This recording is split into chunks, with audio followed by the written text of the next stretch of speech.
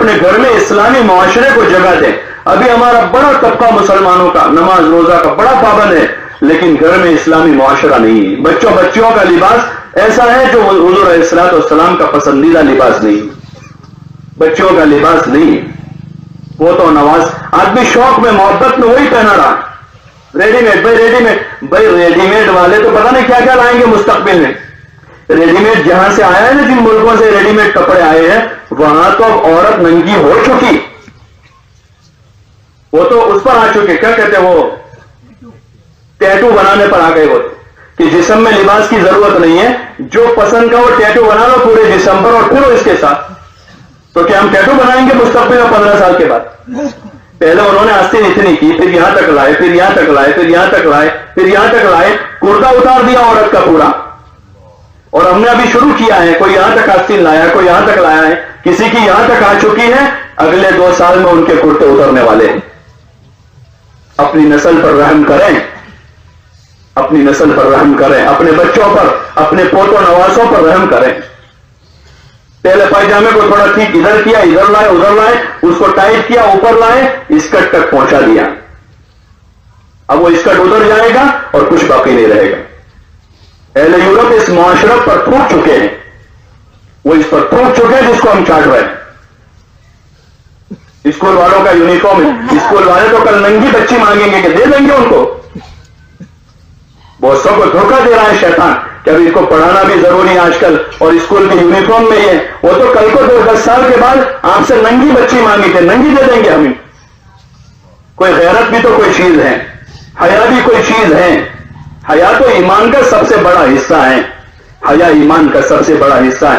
آدمی اپنی ذات پر برداشت کر لیتا ہے، جب اس کو کوئی اس کی بیٹی کی گالی دیتا ہے برداشت نہیں کرتا، تو اس بیٹی کو ننگی کر کے بھیجنا کیسے پسند کرتا ہے؟ کوئی آدمی آمنے سامنے اس کو گالیاں دیتا ہے برداشت کر لیتا ہے، مارتا آدمی مار کھا لیتا ہے، لیکن بیٹی ہو جانے کے بعد کسی باپ کو اس کی بیٹی کی کوئی گالی دیتا ہے آدمی پسند نہیں کرتا. اور وہ آدمی اپنے لگتے جگر کو، اپنی بیٹی کو اسکول بھیج رہا ہے اتنے سے اسکرٹ میں اور اتنے سے فراک میں. 10ویں میں لڑکی پڑھ رہی ہے، 15 سال کی بچی ہے، 16 سال کی بچی ہے، 17 سال کی بچی. اس کو بچپن سے یہی سکھایا ہے. حضور علیہ الصلوۃ والسلام نے تو اپنی بیویوں کو پردہ کروایا، ازواج مطہرات کو جو امت کی مائیں ہیں. حضور علیہ السلام کے دنیا سے پردہ فرمانے کے بعد ازواج مطہرات کا نکاح کرنا کسی امتی سے جائز نہیں تھا. وہ امت کی مائیں، قرآن میں اللہ نے کہا وَأَزْوَاجُهُ أُمَّهَاتُهُمْ، یعنی ان کا درجہ ماؤں کی طرح تھا. پھر بھی حضور علیہ السلام نے ان ماؤں کو پردہ کروایا اور اللہ نے ان کو حکم دیا قَرْنَ فِي بُيُوتِكُنَّ وَلَا تَبَرَّجْنَ تَبَرُّجَ الْجَاهِلِيَّةِ الْأُولَىٰ، اپنے گھروں میں قرار پکڑے رہو، اور جاہلیت میں جیسے عورتیں آوارہ بے پردہ پھرا کرتی تھی اس طرح مت نکلا کرو. اقِمْنَ الصَّلَاةَ وَآتِينَ الزَّكَاةَ وَأَطِيعْنَ اللَّهَ وَرَسُولَهُ، اور اپنے گھر میں رہ کر نماز پڑھتی رہو اور زکات ادا کرتی رہو اور اللہ رسول کی اطاعت کرتی رہو. اللہ تعالیٰ تم کو گھر میں رکھ کر قید کرنا نہیں چاہتا ہے، بلکہ اللہ تعالیٰ تمہیں خوب پاک رکھنا چاہتا ہے، خوب پاک رکھنا چاہتا ہے.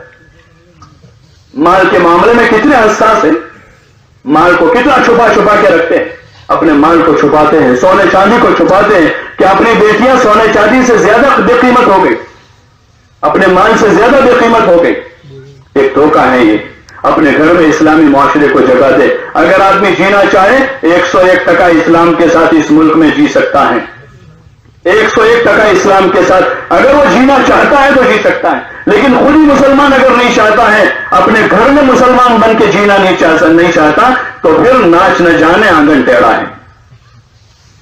تو ہی نہ چاہے تو بہانے ہزار ہیں. ایجوکیشن بہانہ بن جائے گا اور مارکیٹ کی خریدی بہانہ بن جائے گی اور ایران توران سارے بہانے ہو جائیں گے. اس کی کوشش کریں، اپنے گھر میں فضائل کے حلقے قائم کر کے اپنے بچیوں میں حیا پیدا کریں. ان کا بنیادی پراتھمک اور بنیادی ایجوکیشن حیا ہے. عورت اگر حیا میں ہے، ہائی کوالیفائڈ ہے، اور اگر وہ ڈاکٹر، انجینئر، وکیل، سی اے کچھ بھی ہے، اگر اس میں حیا نہیں ہے، سب سے بڑی ان پڑھ عورت ہے دنیا کی.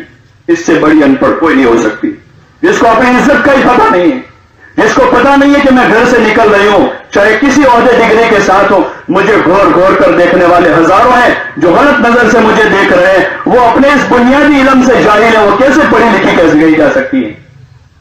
اس کو یہ پتا نہیں کہ میرا دوست کون میرا دشمن کون ہے, اس کو پتا ہی نہیں ہے.